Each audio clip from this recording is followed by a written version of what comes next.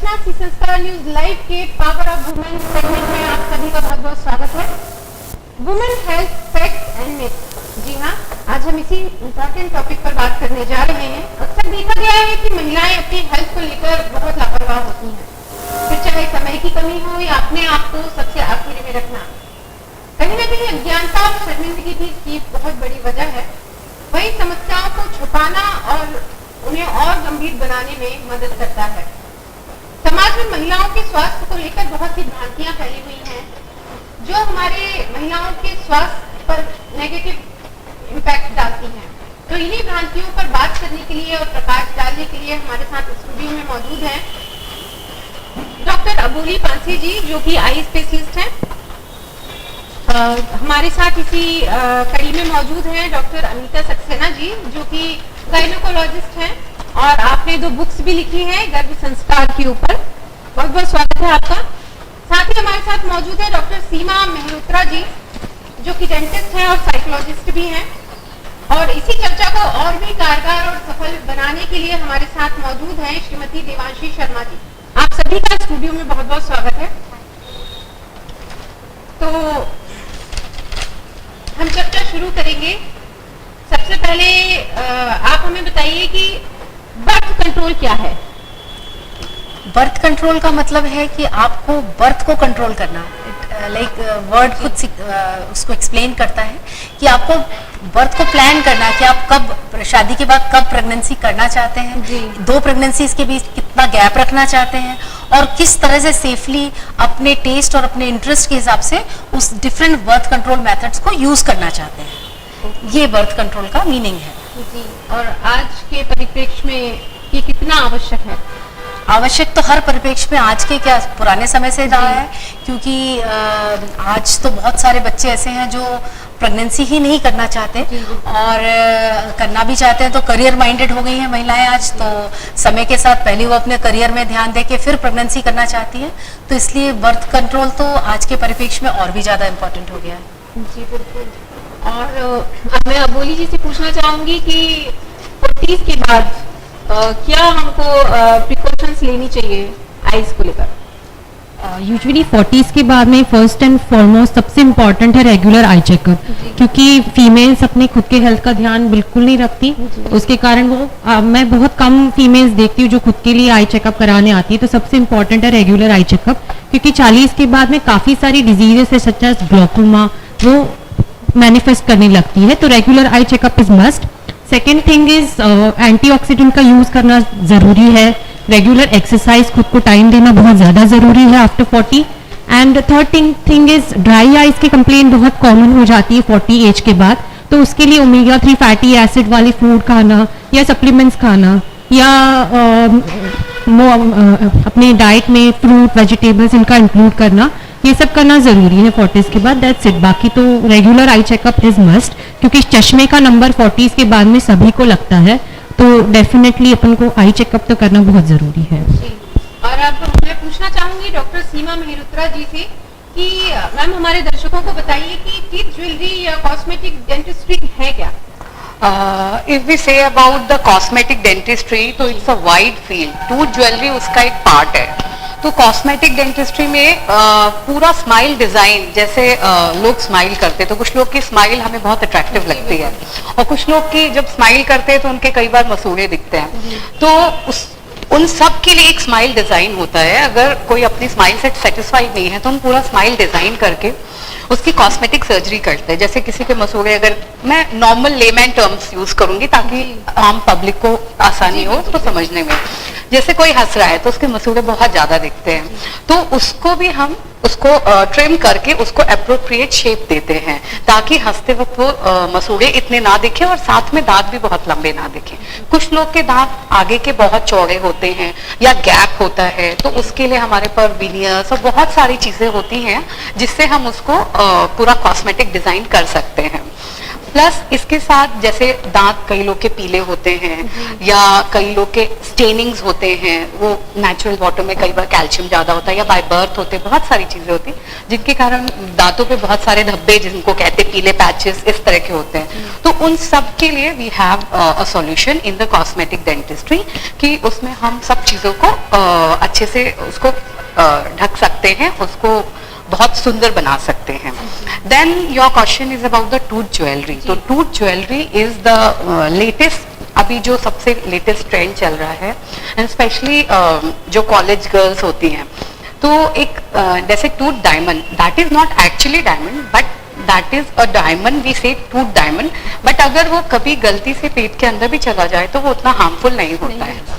But हमारे पास ऐसे resins और चीजें होती है जिससे हम उसको दांत पे लगाते हैं और वो परमानेंट रहता है, वो खाने से या दूसरी चीजों से ऐसे निकलता नहीं है, और उसमें अलग अलग शेप्स, अलग अलग डिजाइन होते हैं। तो बेसिकली वो इन्वेंट तो इसलिए हुआ था कि अगर आपके दांतों में कोई ऐसा डिफेक्ट है, तो हम कहते हैं ना कोई चमक वाली चीज रख दो तो हमारी नजर उधर जाएगी, डिफेक्ट की तरफ नहीं जाएगी। तो इसलिए अगर किसी के दांत में कुछ प्रॉब्लम होती है तो वो डायमंड लगा के लोग स्माइल उसको अट्रैक्ट करते हैं। बट आजकल कॉलेज में ट्रेंड हो गया है कि थोड़े दिन रेड डायमंड लगाएंगे, थोड़े दिन ब्लू डायमंड लगाएंगे, तो आजकल कॉलेज गर्ल्स में ये बहुत है, एंड इसके साथ साथ ब्लीचिंग।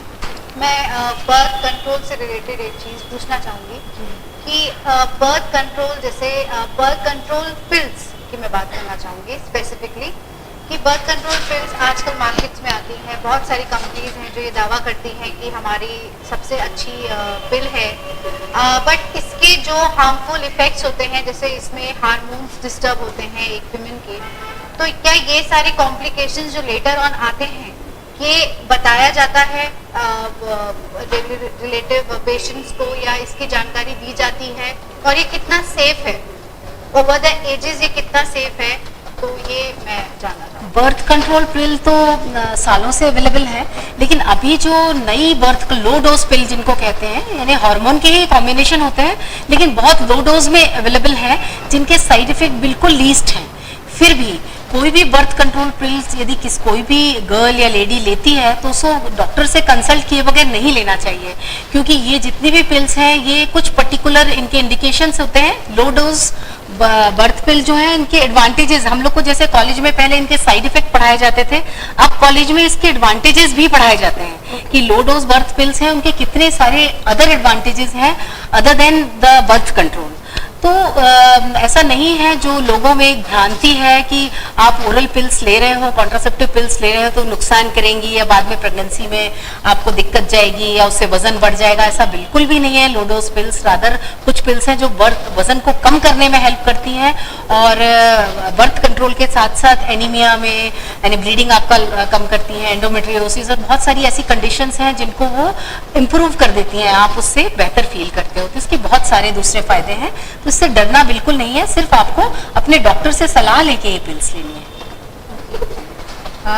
मैम आपके पास फिर आऊंगी ये जानने के लिए कि जो वेजाइनल हेल्थ प्रोडक्ट्स होते हैं वो वाकई वर्क करते हैं या फिर ये मार्केटिंग फंडा है?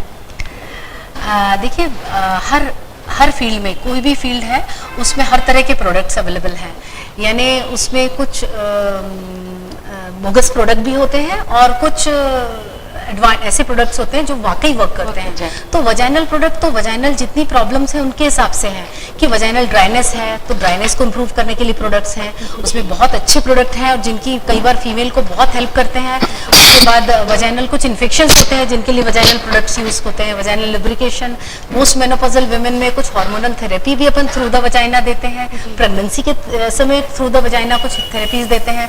तो वजाइनल प्रोडक्ट में तो ये सारे प्रोडक्ट्स आ जाते हैं।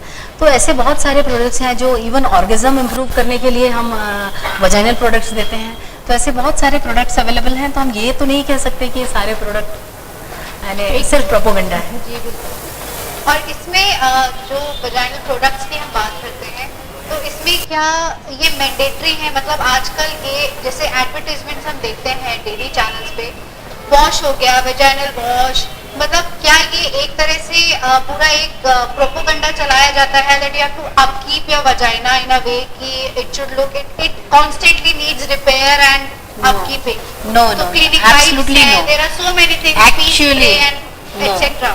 You know, actually plain water is sufficient. You don't need anything more than plain water. But still, sometime when you are under antibiotic for long time, your pH of vagina is changed.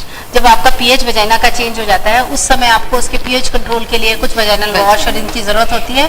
Otherwise routine में plain water is sufficient. But आजकल जैसे हमने देखा है कई ऐसे products हैं जो ये बोलते हैं दैट आपको अपकीप करना पड़ेगा, you have to repair, constant repair of vagina is very important. So what from where these all philosophies are coming कि कांस्टेंट रिपेयर. हम आजकल मेडिकल में भी मैं बात करूंगी, हम कई डॉक्टर्स हैं जहाँ हम जाते हैं गायनेकोलॉजिस्ट के पास, गायनेकोलॉजिस्ट के पास, तो वो बोलते हैं कि नहीं अच्छा आप ये यूज करो, आप ये यूज करो. Not all but some of them are there जो ये बोलते हैं कि हाँ आप ये यूज करो, कांस्टेंट इससे वॉश करो. But over the time period we come to know कि हम बैड की जगह even it kills the good bacteria also of the skin. तो ये जो अवेयरनेस है ये हम कैसे आगे लेकर आ सकते हैं, हम कैसे लोगों को ये बता सकते हैं कि नहीं, it is not mandatory to keep your vagina upkeep for every time by the products. Actually, as ma'am said, vaginal pH is such that it keeps good bacteria and kills bad bacteria of its own. Whenever we have some problem, that time those products should be used, not regularly. Regularly, warm water is enough for average vagina. तो मेरा अगला सवाल आपके लिए है कि महिलाओं में दर्द की क्या सच्चाई है, यानी वाइल पीरियड्स और वाइल सेक्स जो उन्हें सीवियर पेन होता है कई महिलाओं को, तो उसके बारे में आप क्या कहना चाहेंगे? देखिए, दो तरह से हो सकता है. पेन जो होता है वो फिजियोलॉजिकल भी हो सकता है, पैथोलॉजिकल भी हो सकता है. फिजियोलॉजिकल पेन यानी कि कई लोगों को कोई भी पैथोलॉजी नहीं होती है फिर भी उनको पेन होता है, दैट इज कॉल्ड फिजियोलॉजी. उसका एक साइकोलॉजी भी एक बहुत इंपॉर्टेंट पार्ट है which I think Seema will answer better. और जो पैथोलॉजिकल पेन होता है उसके लिए वी हैव टू इन्वेस्टिगेट. हम उसमें देखते हैं कि कारण क्या है. डिस्मेनोरिया जो मेंसेस के समय पेन होता है, अदरवाइज जब कॉन्टैक्ट होता है उस समय पेन होता है, तो उसकी अलग अलग पैथोलॉजीज होती हैं जिनको हम ट्रीट करते हैं.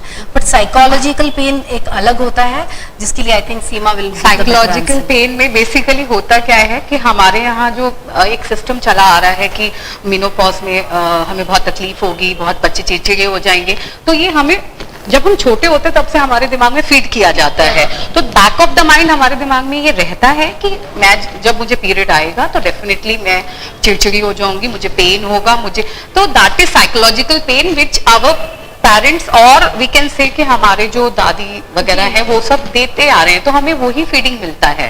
तो क्योंकि हम उस चीज के लिए प्रिपेयर है, हमारा दिमाग प्रिपेयर है, तो अगर नहीं भी होगा तो वी फील कि हमारी बॉडी में पेन हो रहा है. इसमें मैं एक रिसर्च डिस्कस करना चाहूंगी. एक फेमस रिसर्च रही है जो कि एक बुक में भी पब्लिश हुई थी.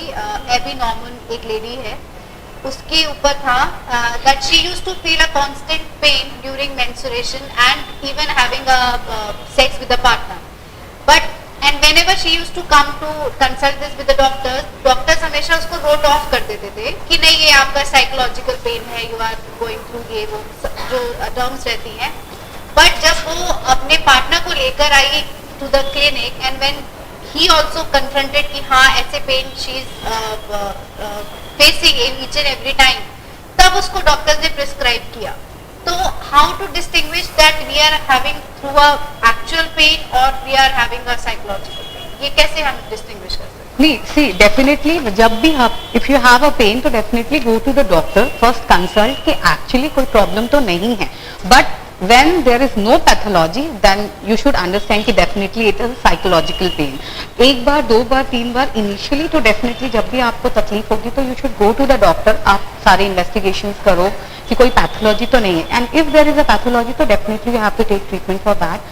But अगर नहीं है then definitely it's a psychological हमारे घर pain. की महिलाओं को भी ये समझना चाहिए Counsel कि करना अगर कोई चाहिए. बच्चा या कोई भी औरत ये कंप्लेन कर रही है रिगार्डिंग पेन, तो they should not be treated every time कि Yes, आपको साइकोलॉजिकल psychology. हाँ, उनको पहले डॉक्टर को yes.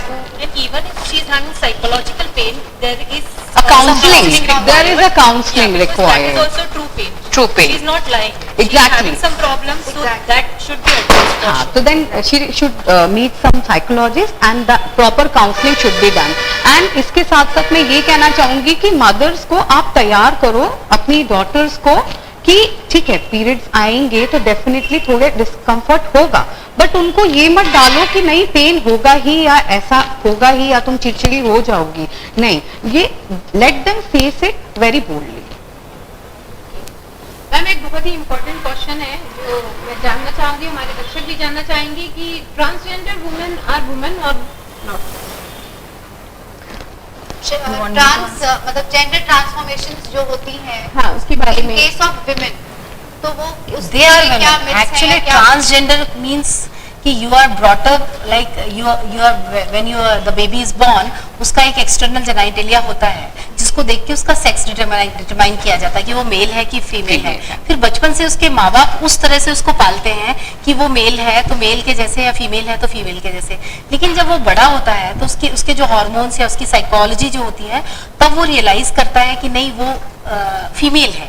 If she may be having external genitalia like male, लेकिन उसको फीमेल जैसे यानी they feel attracted to male, यानी उनको मेल से अट्रैक्शन ज्यादा होता है, उनको फीमेल के जैसे ड्रेसअप होना चाहते हैं, फीमेल के जैसे रहना चाहते हैं, और उनकी पूरी फीलिंग्स फीमेल के जैसी होती हैं। They are called transgender and they are actually because वो एक्चुअली फीमेल है, क्योंकि your feelings are more important than your external physical. From the mind they are from the body. female. So these are the people who go for the sex change and these things, and I think they should, because though it is a full spectrum, I would like to explain कि it is a full spectrum. There one side there is a complete male, one side there is a complete female, and in between there is few are more towards male, few and very few are complete.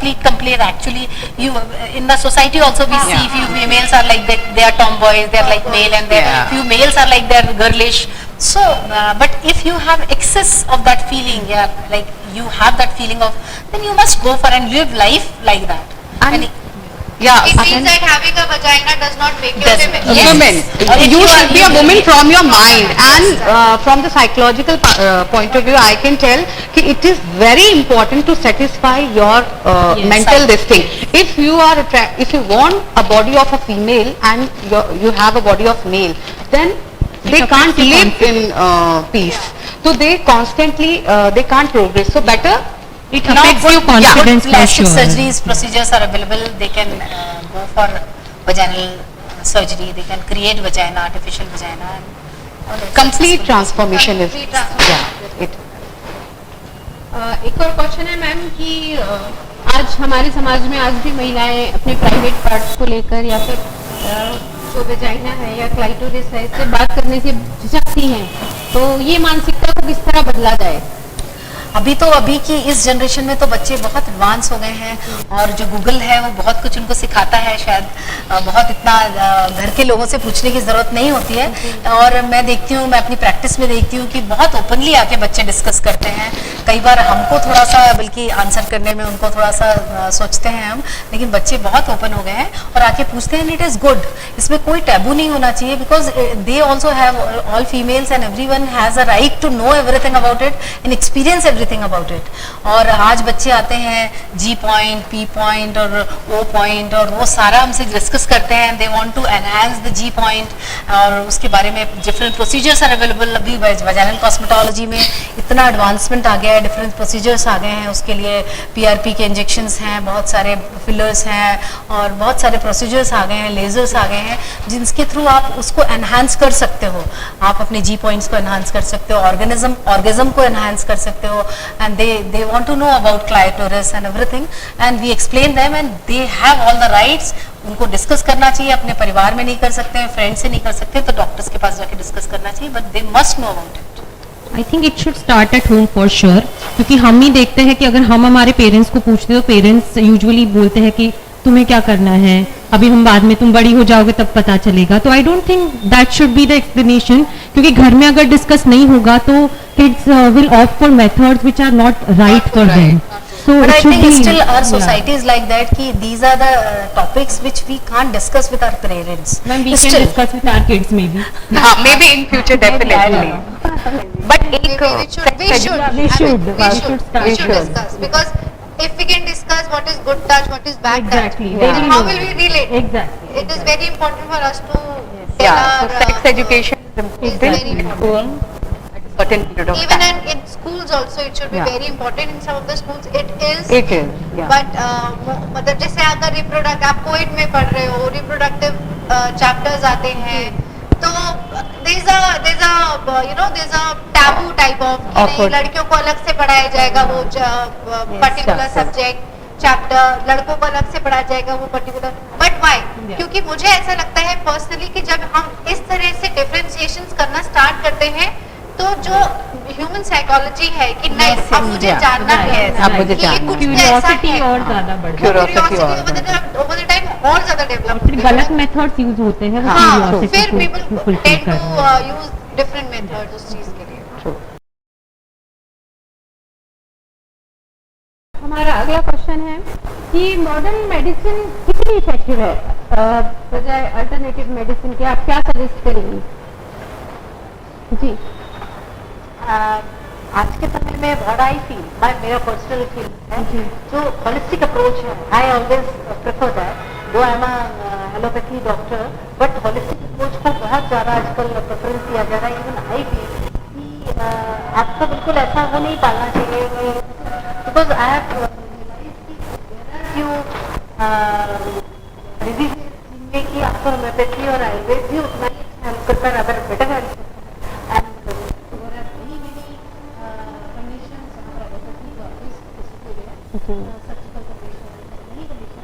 but homeopathy and allopathy and other than that other alternative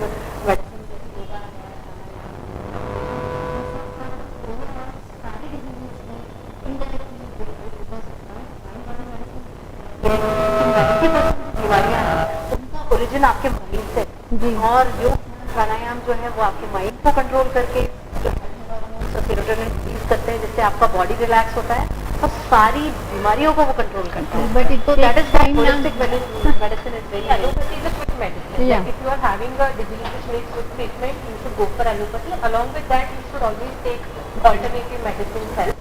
इसमें जैसे हमारे आयुर्वेद के बारे में बात करें अगर, तो आयुर्वेदा में क्लियरली लिखा है कि एक चरक संहिता है जो कि it's all about the medicines, और एक इसमें सुश्रुत संहिता है which is about the surgery part of the, और इसमें अगर मैं आज की डेट की रिसर्च के बारे में बात करूं तो 75% जो मेडिसिन हैं those are all plant based medicine जो कि वर्ल्ड वाइड यूज होती हैं, and 70% of modern drugs are discovered from plant based, plus 60% of cancer drugs are plant based, and 80% of anti microbial या कार्डियोवास्कुलर्स या cancer की जो दवाइयाँ बनती हैं they are of plant based, और more than 70% entities among 177 anti-cancer drugs are approved and they are based on natural phenomena. तो जब इतना सारा हमारा आयुर्वेदा इतना ज़्यादा ग्रोन अप है या इतना वास्ट है, तो भी जो हमारे मतलब मैं एंटी नहीं जाऊंगी या मैं किसी भी उसका पक्ष नहीं ले रही हूँ, मैं बस क्लियरली ये जानना चाहती हूँ कि कुछ डॉक्टर्स हैं जो होलिस्टिक अप्रोच जैसे रेकी हो गया या मेडिटेशन हो गया या योगा हो गया, जैसे जबलपुर हॉस्पिटल में भी योगा का एक अलग से चलता है, गर्भ संस्कार का एक अलग से चलता है, बट कई ऐसे डॉक्टर्स भी हैं जो ये नहीं मानते, जैसे अभी हमने रिसेंटली देखा था बाबा रामदेव की और आईएमए के कई सीनियर डॉक्टर्स के बीच काफी एक वो हुआ था, केस हुआ था, तो उसमें ये क्लियरली बोला गया था, मतलब नकारा गया था सिरे से कि आयुर्वेदा कोई कुछ मेडिसिनल है ही नहीं। नहीं, ऐसा बिल्कुल भी नहीं। एक्चुअली आयुर्वेद में, हमारे वेदों में जो हमारा स्क्रिप्चर्स है उसमें सब कुछ है, लेकिन इस प्रॉब्लम सिर्फ ये है कि उसको जानने वाले बहुत कम हैं। इतना अच्छा है क्योंकि जो वेद लिखे गए हैं वो इंसान ने नहीं लिखे हैं, वो हमारे ऋषियों ने जो लिखे हैं वो ईश्वर की वाणी है, वेद में सब कुछ ट्रूथ है, लेकिन उसको जानने वाले नहीं है। और जो एंशियंट पीढ़ियों से जो पर्टिकुलर किसी कैंसर का ट्रीटमेंट करते हैं लोग, बहुत सारी जगहों में करते हैं, किसी पर्टिकुलर कैंसर वो उस चीज को, किस चीज का कैंसर है वो अपनी जनरेशन के अलावा किसी दूसरे से शेयर नहीं करते। तो ऐसी बहुत सारी थेरेपीज हैं जो वेदों में है, जिसके बारे में लोग नहीं जानते हैं, और कुछ लोग जो जानते हैं वो वहीं के वहीं उन फैमिलीज में खत्म होती जा रही हैं। This is a bad part about culture. हमारे यहाँ के वेदों से ही ले जाके लोगों ने बाहर जाके, चाहे वो हल्दी को ले लो, चाहे अदरक को ले लो, चाहे किसी भी चीज को ले लो, उसको तुलसी को ले लो, लोगों ने रिसर्च किया है और पेटेंट कराया है, और हम अपनी को और हम अपने स्क्रिप्चर्स को और अपने वेदों को भूल गए। This is a very sad part, क्योंकि तो शुरू से थी ट्रीटमेंट, एलोपैथी तो बाद में जनरेट हुआ है, तो डेफिनेटली पहले भी ट्रीटमेंट थे, पहले भी वॉर्स होती थी, इंजरीज होती थी, सर्जरी, तो डेफिनेटली आयुर्वेदा में सब चीज का है, बट ये है कि उसको प्रॉपरली इम्प्लाई करने के लिए वो नॉलेज इतना ज्यादा रिसर्च नहीं हुआ है। आप कुछ पर्टिकुलर हर्ब्स को लेके उससे जब वो नैनो फॉर्म में आ जाती है फ्यूम्स, उसके बाद उस जगह बैठ के जब आप प्राणायाम करते हो तो you can heal so many diseases fumes of यज्ञ जो खाने सब, जैसे हम लोग नीम के वो जलाते हैं पत्ते तो उससे जलाते हैं। बहुत सारी डिजीजेस का ट्रीटमेंट होता आम है की लकड़ी यज्ञोपैथी। हवन में यूज की हवन जाती में। है, उससे कितने बैक्टीरिया बहुत सारे, तो वो जब आप उसको नेचुरली बैठ के आप प्राणायाम करते हो, उस समय तो चलते फिरते जो हमने सांस में ले लिया, लेकिन जब यज्ञोपैथी का ट्रीटमेंट कराया जाता तो यज्ञ करने के बाद वहां बैठ के 15 मिनट आप प्राणायाम करते हो, डीप ब्रीदिंग करते हो, तो वो फ्यूम्स नैनो फॉर्म में आ गया, फिर आपके अंदर जाता है तो वो इंजेक्शन से भी ज्यादा फास्टर, क्योंकि नैनो फॉर्म में है ना, वाइपर्स जस्ट लाइक नोबुलाइजेशन है, तो वो ज्यादा इफेक्टिव काम करता है। बहुत सी रिसर्चेज हो रही हैं उसमें। मैम जानना चाहेंगी कि आयुर्वेदिक और होम्योपैथी में जड़ से रोग खत्म होते हैं, लेकिन एलोपैथी में ऐसा कहा जाता है कि वो वही रुक जाते हैं या फिर प्रोसेस थोड़ी कम हो जाती है, इसमें कितनी सच्चाई है? नहीं, ये भी मिथ, इसको बोलूंगी ऐसा है कि आयुर्वेद साइड इफेक्ट्स नहीं, साइड इफेक्ट्स उसमें भी हैं। कोई भी चीज जब ली जाती है तो कोई ना कोई वो इफेक्ट भी डालती है। उसको प्रॉपरली इसके साथ ये परहेज कर जी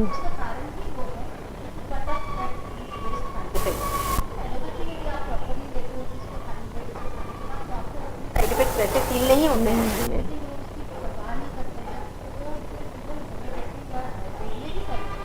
ओके इतने पेशेंट्स आते हैं जो होम्योपैथी क्रीम लगाते हैं और स्टेरॉइड लेके आते हैं, होम्योपैथी में कुछ स्टेरॉइड जैसा इफेक्ट हमको दिखता है, हम तो होम्योपैथी दवाइयाँ ले रहे हैं, लेकिन पूरे साइड इफेक्ट स्टेरॉइड के दिखते हैं। इसका मतलब स्टेरॉइड तो एलोपैथी में भी है, आयुर्वेद में भी है, होम्योपैथी में भी है। वो हो सकता है कि वो जड़ी बूटी में उसका साइड इफेक्ट होना ही है। ये जरूर है कि सोसाइटी में ये प्रिवेल करता है कि होम्योपैथी और आयुर्वेद में साइड इफेक्ट प्योरिटी पे भी फर्क पड़ता होगा ना, हो सकता है कि मिलावट हो दवाओं में, इस तरीके से लिया जा रहा है कि इफेक्ट है, तो कहीं ना कहीं वो साइड इफेक्ट तो डाल ही एलोपैथी की जो मेडिसिन होती है उसके contents are clearly written everywhere.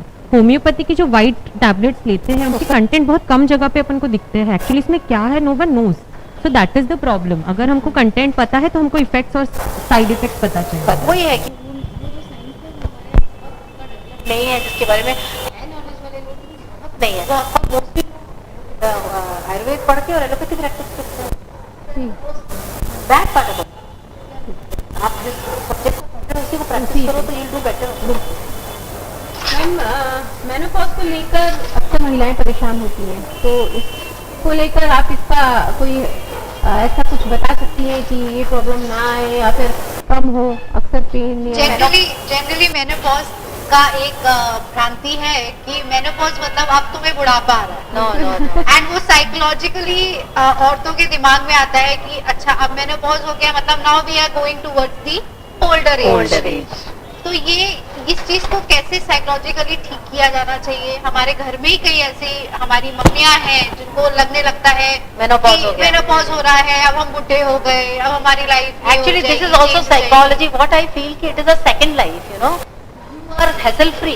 मुझे ऐसा लगता है कि मेनोपॉज के बाद आपके मेंसेस आना बंद हो गए, अब आपको कॉन्ट्रासेप्शन की टेंशन नहीं है और आपको एंड यू आर फ्री, आपके बच्चे बड़े हो गए, you are free from the family and you should live a second life, happier, more free you can. हाँ, तो उसको एक साइकोलॉजिकल उससे ले, यदि आप एक्सरसाइज करते हो, प्रॉपर डाइट लेते हो, वो जो ट्रांजिशन पीरियड में थोड़ी सी दिक्कत तो होती है मेनोपॉज में, ऐसा नहीं कि नहीं होती, बहुत सारे लोगों को नहीं भी होती है। तो वो बिजी, मैंने देखा कि जो वर्किंग वुमेन है वो थोड़े से अपने हेल्थ, एक्सरसाइज और डाइट का ध्यान रखते हैं, उन लोगों को प्रॉब्लम नहीं होती है। एंड बहुत सारे ऐसे लोग हैं जो पोस्ट मेनोपॉजल 20-25 साल तक इतना एक्टिवली काम करते हैं, तो यू कांट से दैट कि मेनोपॉज के बाद आपकी लाइफ खत्म हो गई, या ऐसा बिल्कुल भी नहीं। मेंटल मेनोपॉज नहीं आना चाहिए। जी आपसे मैं आप तक ही आ रही थी कि आप बताइए आप क्या सोचती हैं? मेरे को ये बोलना है इस चीज पे कि हमें जो मेनोपॉज है वो हमारी बॉडी का होना चाहिए, मेंटल मेनोपॉज नहीं आना चाहिए। हमें मेंटल ये सोचना चाहिए कि we get a second life, और उसको बहुत बस कुछ चीजों का ध्यान रखें, जैसे कि ट्रांजिशन पीरियड में ब्रेस्ट का स्कैनिंग और यूटीआई का, ये सब चीजें जो बेसिक है, पैप्स की, ये सब कॉमन चीजें टेस्ट करा के और अपने बॉडी को एक्सरसाइज से फिट रखें, अदरवाइज इट्स अ ब्लेसिंग।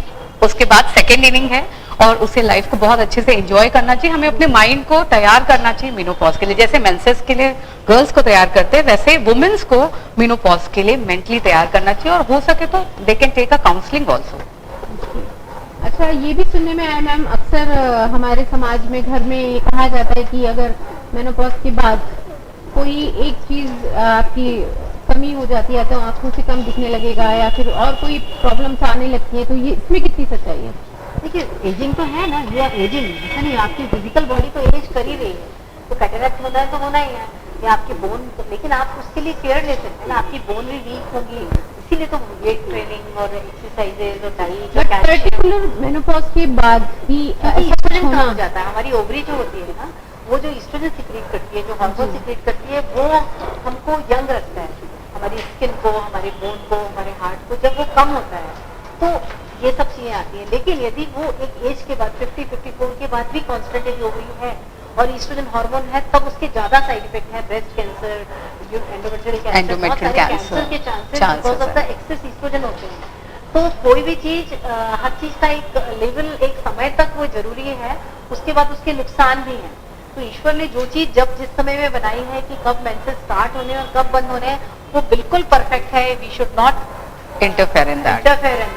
पर ये सबके लिए अलग अलग है, मतलब नॉर्मली हम बोलते हैं कि आफ्टर 45 मेनोपॉज का cycle, there is not any fixed date. Yes, average now average is 48 to 50, but 45 से 55 के बीच में कभी अभी थोड़ी मेनोपॉज की एज बढ़ गई है और मेनार्की की एज घट गई है। लड़कियों को जल्दी मेंसेस होने लगे हैं और लेट खत्म हुए। मेनोपॉज खत्म होता है। This is because of the food that we are Food lifestyle. pattern, lifestyle, food. awareness also, because Awareness. young girls, when they know about the their physiology, about everything ना, like sex life and everything, they know a little early, so naturally उनकी It comes. thoughts से, उनकी feelings से hormones जल्दी secrete होते हैं and they get It's psychological.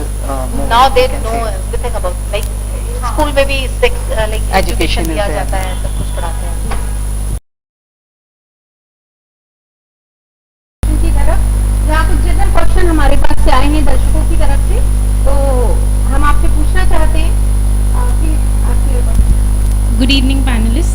मेरा question था कि आजकल लड़कियों में पीरियड्स के टाइम पे काफ़ी हैवी ब्लड फ्लो होता है और कभी कभार पीरियड्स इरेगुलर होते हैं, तो इसका कारण क्या है और इसको ठीक कैसे किया जा सकता है, ट्रीटमेंट क्या है इसका? पीरियड्स के समय हैवी फ्लो, एक तो नॉर्मल है, इसकी डेफिनेशन ही डिफरेंट है। कुछ लोग ऐसे होते हैं कि जिनको बहुत सारी हैवी ब्लीडिंग होती है, उसके बाद भी वो उसको नॉर्मल, लाइक नॉर्मल की डेफिनेशन डिफरेंट है, लेकिन नॉर्मल अपन किसको कहेंगे? यदि आपको दिन में आप 3 पैड 4 पैड यूज कर रहे हो, दैट इज नॉर्मल। अब उसको कुछ लोग हैवी मानते हैं, उसके हिसाब से यदि कुछ ऐसा कंप्लेन लेके आते हैं हमको बहुत कम ब्लीडिंग होती है, दे एक्सपेक्ट कि भाई यदि उनकी माँ को ज़्यादा होती है या 5-6 दिन तक होती है, यदि वो 4-5 पैड यूज करती है तो उनको भी होना चाहिए। तो it varies person to person. लेकिन यदि आपको बहुत ज़्यादा ब्लीडिंग हो रही है कि आपने पैड लगाया और आपका थोड़ी देर में ही एकदम वेट हो गया, या आपके कपड़े खराब हो रहे हैं, या आपको बहुत ज़्यादा हो रही है, या 7 दिन से 5 दिन से ज़्यादा हो रही है, then you must consult doctor. उसके कारण तो बहुत सारे होते हैं, आपको हार्मोनल डिस्टर्बेंसेस के कारण हो सकता है, कुछ गठाने होती हैं, फाइब्रॉइड जिनको बोलते हैं उसके कारण हो सकता है, कुछ पॉलिप्स होते हैं, बहुत सारे कारण होते हैं, तब आपको डॉक्टर से मिलना चाहिए और उसका treatment is available, whatever is the cause. इसमें मैं एक कंटिन्यूएशन में एक चीज पूछना चाहूंगी कि हमारे गवर्नमेंट में सैनिटरी पैड्स पे टैक्स है मगर सिंदूर पे टैक्स नहीं है, तो हमारे लिए एसेंशियल क्या है और हम इसका अवेयरनेस या गवर्नमेंट इसके लिए क्या करे या कैसे एड्स करे, फंड करे गवर्नमेंट हॉस्पिटल्स को जहाँ पर औरतों को इजीली सैनिटरी पैड्स अवेलेबल हो सके। और दूसरा इसी में एक और क्वेश्चन मैं पूछना चाहूँगी कि सैनिटरी पैड्स और टैम्पू इसका क्या डिफरेंस है और इसको लेके भी कितनी सारी मिथ्स हैं कि टैम्पून्स यूज करना नहीं आता या सम पीपल से कि ये गलत है, बेटर ये है, तो ये आप थोड़ा इसको क्लियर करें। I'll address to the first question. Definitely it's important कि हमको सैनिटरी पैड जो है वो टैक्स फ्री करे, क्योंकि sindoor is not a object of necessity, but sanitary pads are, क्योंकि बहुत गाँव में बिकॉज ऑफ कॉस्ट लोग नहीं खरीद पाते, फिर वो कपड़ा यूज करते, फिर हाइजीन नहीं मेंटेन कर पाते, तो डेफिनेटली ये जरूरी है। गवर्नमेंट ने बीच में ट्राई किया था, they had put those dispenser machines also everywhere, but maintenance as usual is the problem. Yeah, so what they should take care of the maintenance and they should keep doing that what they have started, and as a NGOs and also हम लोग भी as a responsible citizen we should also provide free sanitary pads to the patients and all, so that is obviously important. Second question I'll ask Amita ma'am. Second, you ask the difference between the sanitary pad and tampons. Tampons जो होते हैं उनको actually they are put inside the vagina, तो उसको vagina में अंदर डालना होता है और डालने के बाद वो उसकी सोकिंग कैपेसिटी होती है, तो वो बहुत उसका एक पहले उसको सीखना पड़ता है, थोड़ा सा टेक्निकल होता है, सीखना पड़ता है, उसका रिमूवल इज इम्पोर्टेंट। यदि आप भूल गए डालने के बाद तो उसमें इन्फेक्शन हो सकते हैं, सेप्सिस हो सकती है, वो सब प्रॉब्लम्स हो सकते हैं, तो simpler is the sanitary pad. But कई बार कुछ प्लेयर्स होते हैं, स्पोर्ट्स पर्सन्स होते हैं या कुछ एक्टिव में जाते हैं लोग, उन सब के लिए टैम्पन्स इज गुड, क्योंकि उसकी सोकिंग कैपेसिटी अच्छी होती है, आप लगा लेते हो तो इनको बहुत हैवी ब्लीडिंग होती है, तो आप टैम्पन्स यूज कर सकते हो अपने डॉक्टर से कंसल्ट करके, कैसे यूज करना है, कब रिमूव करना है, प्रॉपर हाइजीन के साथ, टेक्निक के साथ, it is good. They are very good. हमारा अगला क्वेश्चन भी तैयार है आपके लिए। Good evening, panelists.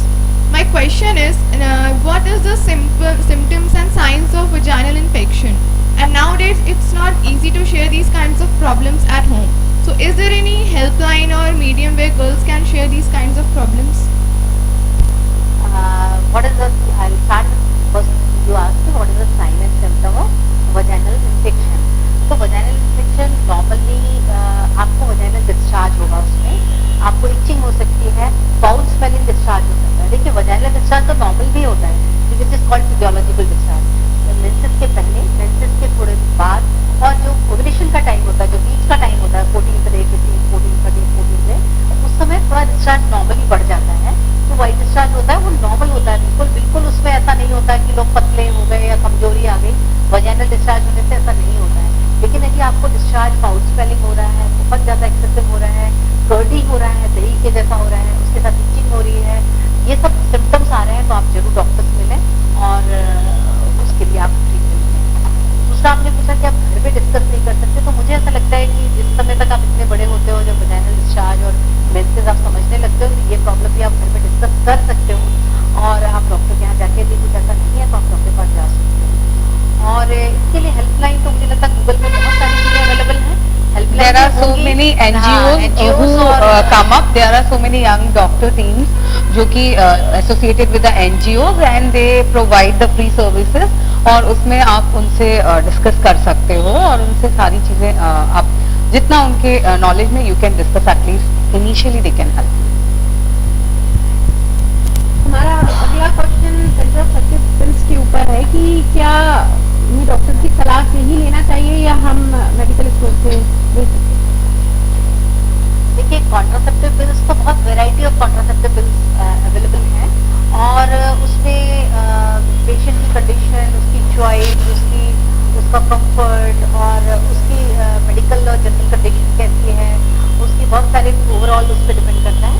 लेकिन यदि आप में से एक सिंगल कॉन्ट्रासेप्शन का नाम पूछें जो कि आइडियल तो बिल्कुल नहीं बोल सकते, उसको आइडियल कॉन्ट्रासेप्शन तो शायद अवेलेबल ही नहीं है, लेकिन फिर भी आप ऐसा बोले कि बिना डॉक्टर की कंसल्टेशन से any time you can use, तो आई विल से कि दिस कंडोम, वेदर फीमेल और मेल कंडोम, वो बिल्कुल सेफ है, कोई साइड इफेक्ट नहीं है, बस ये है कि उसमें सक्सेस रेट थोड़ी सी कम होती है। अदरवाइज यदि आप सेफली उसको यूज करते हो, अच्छे क्वालिटी का यूज करते हो, तो condoms are the best contraceptive, जो आप एनी टाइम एनीवेयर यूज कर। मैं पूछना चाहूंगी कि जैसे कई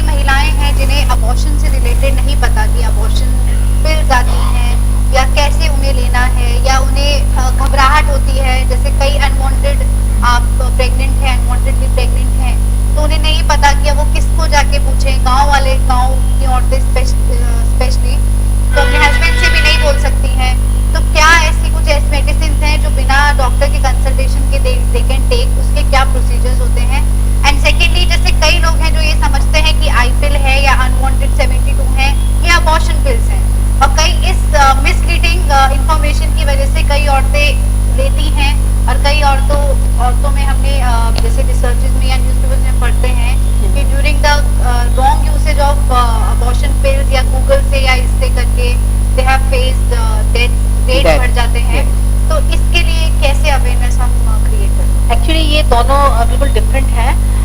जो पिल एक पोस्ट कॉइटल पिल है और एक अबॉर्शन पिल है। तो पोस्ट कॉइटल पिल जिसको आप अनवांटेड या पिल 72 या कई नाम से आती है वो, तो वो पोस्ट कॉइटल पिल है कि if you had unprotected sex, आपका अनप्रोटेक्टेड सेक्स हुआ जिसमें आपने कोई कॉन्ट्रासेप्शन नहीं यूज किया, तो उसमें 72 घंटे के अंदर यदि आप पिल 72 ले लेते हो तो आपको प्रेगनेंसी के चांसेस बहुत कम हो जाते हैं। लेकिन वो ऐसा नहीं है कि जितने टाइम आपने जितने बार किया उतने बार आप महीने में 5 बार 6 बार खा लो, ऐसा नहीं है। उसको आप महीने में 1 बार या कभी जरूरत पड़ी तो 2 बार ले सकते हो, उससे ज्यादा आपको नहीं लेना है। और it is not a regular contraceptive, it is called emergency contraceptive, that is why it is called emergency contraceptive. ये हुआ पिल 72। दूसरा आपने जो बोला अबॉर्शन पिल यानी कि आपका प्रेगनेंसी हो गया है, उसके बाद अनवांटेड पिल्स जो पिल 72 है ये सिर्फ कॉन्टैक्ट हुआ है उसके बाद का है। अबॉर्शन पिल यानी इट इज कंफर्म कि आपका प्रेगनेंसी है। अब प्रेगनेंसी यदि आपका है तो आप 45 डेज के अंदर, they work with in 45 days of pregnancy. 45 days की प्रेगनेंसी के बाद यदि आप लेते हो तो इनकम्प्लीट अबॉर्शन के चांसेस होते हैं। और उसके पहले भी यदि आप लेते हो तो ओटीसी से बहुत सारे पेशेंट हम देखते हैं जाके मेडिकल स्टोर से खरीद लेते हैं और उसको ऊटपटांग तरीके से खा के हमारे पास चले आते हैं। फिर कई बार उसमें इनकम्प्लीट अबॉर्शन होता है, उसमें इन्फेक्शन हो जाता है, ब्लीडिंग बहुत ज्यादा हो जाती है, even deaths have been reported है। एक्टोपिक प्रेगनेंसी यानी कि यदि ट्यूब में प्रेगनेंसी है और आपने पिल 72 ये ले लिया अबॉर्शन पिल, तो वो उससे अबॉर्ट नहीं होता है और वो अपने आप बढ़ता रहता है, ट्यूब रप्चर हो जाती है और एब्डोमेन में ब्लड भर जाता है, इस तरह से रप्चर एक्टोपिक हो जाता है। तो आप ये ओटीसी में अवेलेबल है, लेकिन फिर भी कभी भी अबॉर्शन पिल लें तो डॉक्टर से सलाह के बाद ही आपको लेना है। बस आपको जनरल पब्लिक को ये जानना जरूरी है कि मेडिकल अबॉर्शन की पिल्स अवेलेबल हैं, लेकिन ऐसे लेके और अपने आप से जैसे मेडिकल स्टोर वाले ने बता दिया खा लेना इज नॉट अ सोल्यूशन।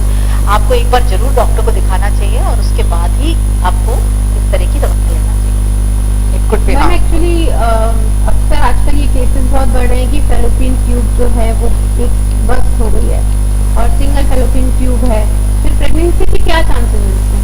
सबसे नेचुरली एक ट्यूब चली गई तो 50%, लेकिन ऐसा नहीं है कि दूसरी ट्यूब से प्रेगनेंसी नहीं होती। रिस्की है, रिस्की नहीं है, Chances है, comparatively। थोड़े से कम हो जाते हैं। जैसे एक तरफ की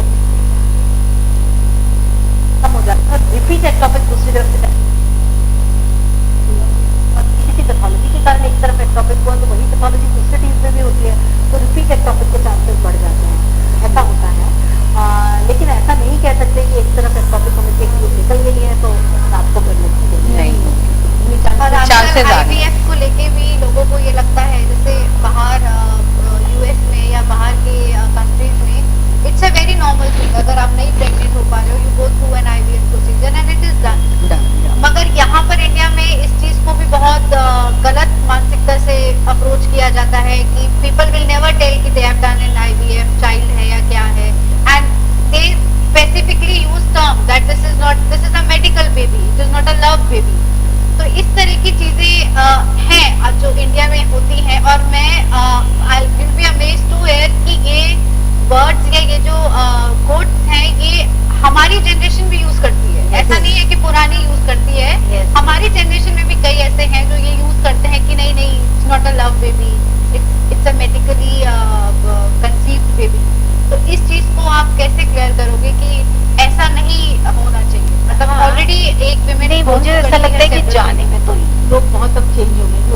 फर्स्ट एंड फॉरमोस्ट सबको एवरीवन शुड अंडरस्टैंड कि no one does IVF because they want to do it. ऐसे नहीं है कि मन नहीं है इसके लिए IVF से बच्चा कर दिया। They have some problem, that is why they go for IVF। तो जब ऐसे प्रॉब्लम है तो love baby not love baby, I don't think it should matter, है ना। That term is the only basically लोगों को एजुकेट करना चाहिए कि IVF भी उन्हीं का बेबी है और वो उतना ही लव्ड है, but the only thing is कि हमारी बॉडी में कुछ प्रॉब्लम्स हैं जिसकी वजह से हमको वो IVF करना पड़ रहा है। तो बेसिकली इट्स जस्ट कि उनकी psychology, again we have to change their psychology, we have to tell educate them कि actually since ages child bearing is women's responsibility, ये चलते आ रहा है इन आवर सोसाइटी। और अगर नहीं होता तो मतलब कुछ प्रॉब्लम है लड़की में, तो only female is responsible for that. That mentality should be change, और वो घर से ही चेंज होगी। हम अपने एडल्ट को ये समझाएंगे। लड़का और लड़की भी मेल से ही आता है। इवन हाँ, ये भी exactly. सोसाइटी ये Yeah, बोलती है कि नहीं लड़का नहीं हुआ या लड़की नहीं हुआ तो ये भी मेन रिस्पॉन्सिबिलिटी है। But actually It's a male, because- it's because of the male. Exactly. और ये अवेयरनेस ही नहीं है लोगों को, तो इसी वजह से कितनी जबकि लोगों ये को गर्भोपनिषद कितनी में औरतों को मार दिया हमारे जाता है। एंशियंट स्क्रिप्चर्स में गर्भोपनिषद में भी लिखा हुआ है कि प्रकृति नहीं, वो जो स्पर्म होता है ना, क्या बोलते हैं उसको, शुक्राणु, वो डिसाइड करता है, वो गर्भोपनिषद वो डिसाइड करता है कि मेल होगा कि फीमेल। क्योंकि वाई तो मेल के पास ही होता है। तो ये आज साइंस नहीं लड़का हो बोल रहा रहा है है लड़की, हमारे इसमें औरत का कोई हाथ नहीं है। Y is always with male, so male is responsible. Actually I think घर की विमेन शुड सपोर्ट अदर हाँ, women, yeah. That is very Important. Important. अगर किसी को प्रॉब्लम है तो ऐसे नहीं है कि सास ही अपने बहू को बोल रही कि तुम में कुछ प्रॉब्लम है। जनरली यही होता है। एग्जैक्टली, तो Generally. जब वो चेंज होगा तभी तो ये मेन Society भी प्रॉब्लम change चेंज होगा। होगी। समय कम है, लेकिन चलते चलते मैं फिर भी एक आखिरी क्वेश्चन आपसे पूछना चाहूंगी कि आजकल समाज में हार्मोनल इम्बैलेंस बहुत देखने में आ रहा है, जिसको देखो उसी को, तो उसके लिए आपको ये हमारे दर्शकों पोस्ट को कोविड स्पेसिफिकली हार्मोनल इम्बैलेंस पहले भी था, लेकिन टेस्ट इतने इजीली अवेलेबल नहीं थे, तो डायग्नोज नहीं हो पा रहा था। आज टेस्ट वो इजीली अवेलेबल है, तो वो डायग्नोज हो जाता है और ट्रीट भी हो जाता है। मुझे याद है हम लोग जब कॉलेज में पढ़ते थे तो सिर्फ थायराइड का टेस्ट कराने के लिए कितनी मुश्किल होती थी, सिर्फ मेडिकल कॉलेज में होता था, इतनी लंबी लाइन होती थी, दैट टू थायराइड। अब तो सारे तरह के हार्मोन अब यहाँ पर भी सब छोटे छोटे लैब्स में अवेलेबल है, तो things are easily available, easily diagnose होता है और इजीली ट्रीट होता है। यानी पहले भी इतना ही था जो अभी है। डायग्नोज नहीं होता था, बस डायग्नोस नहीं होता था। जी, तो समय हो चला है और हमें अपनी चर्चा को ये विराम देना होगा।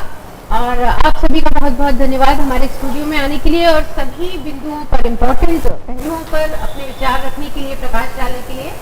तो फिलहाल इतना ही, खबरों का सिलसिला जारी है, देखते रहिए सी संस्कार न्यूज लाइव।